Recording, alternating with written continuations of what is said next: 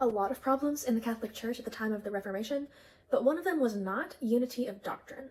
Protestants did not exactly have the same advantage. As time went on, the gulf between the different Protestant camps began to increase. Suddenly, a theological war seemed to be waged on multiple fronts. It made Protestant victory all the more difficult. As Jesus said, a house divided can't stand.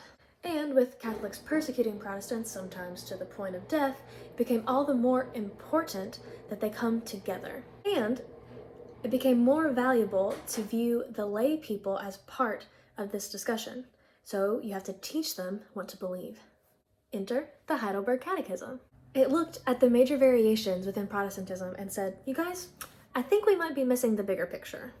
There was plenty in common for them to focus on, and by grounding everything in the goodness of God, people enter into the catechism with a spirit of peace. They put down their swords and they think, okay, yeah, goodness of God. I agree with that. God is good.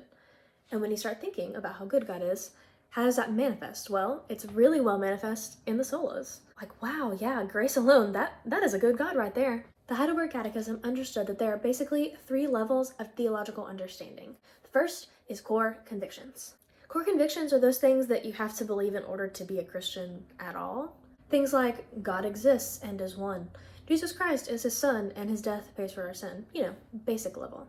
Then there are persuasions. There's a little more wiggle room within persuasions. People still have very strong opinions about them, but I'm not going to say that you're bound for hell because you think that women should not be able to preach and I think that they should be able to, for example. So there are legitimate divisions over these things. However, they don't necessarily determine your eternal state. Finally, there are just opinions. These are things like, what translation of the Bible should we read at church?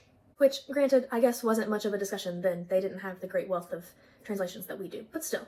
So the Heidelberg Catechism was able to focus on core convictions and on those persuasions that Protestants were united in believing. Of course, it wasn't afraid to take a hard stance even on things that were persuasions. At the same time, it had no problem being firm about things that Protestants did disagree on, like the Eucharist. Usually, the hard stances were things that Protestants agreed on, but that would have alienated a Catholic audience. But the Heidelberg Catechism is worded to be firm, but with wiggle room. The wiggle room allowed everyone to say, yes, I agree with this, but for each section to sort of take it and be more specific. So while I would not say that the Catechism was vague, it was generous in its definitions and its teachings, which is probably something we could learn from today.